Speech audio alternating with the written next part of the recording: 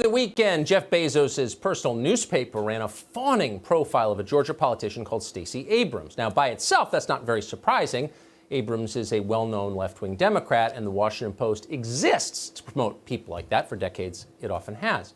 But even by the usual standards of over-the-top slobbering hackery, this piece exists in its own category. By the end of the nearly 6,000 words of unmitigated praise, you begin to wonder why no one has yet formed a religion based on Stacey Abrams, the world's fourth great Abrahamic faith. According to the Washington Post, Abrams is a lot more than just a former state-elected official who goes on cable television a lot. She's a spiritual figure. Indeed, she is quite possibly the author of our redemption. Listen to how the thoroughly smitten Post reporter describes an encounter between Stacey Abrams and her devoted acolytes. And keep in mind as you hear this, that we're not making any of it up to be mean. This is verbatim. Quote, "Pandemonium ensues as she walks to the far left of the stage like a runway supermodel, stops on a dime, poses, tilts her head slightly and smiles. Camera flashes explode. Abrams is summoning her inner actress, and she is both enjoying the moment and getting through it to get to the conversation." End quote. So she's like a supermodel, but she's also a superhero. In fact, the piece was entitled "The Power of Stacey Abrams."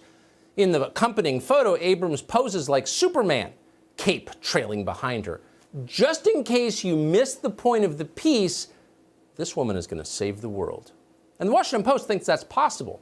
The story was designed, of course, to push Joe Biden to pick Stacey Abrams as his running mate.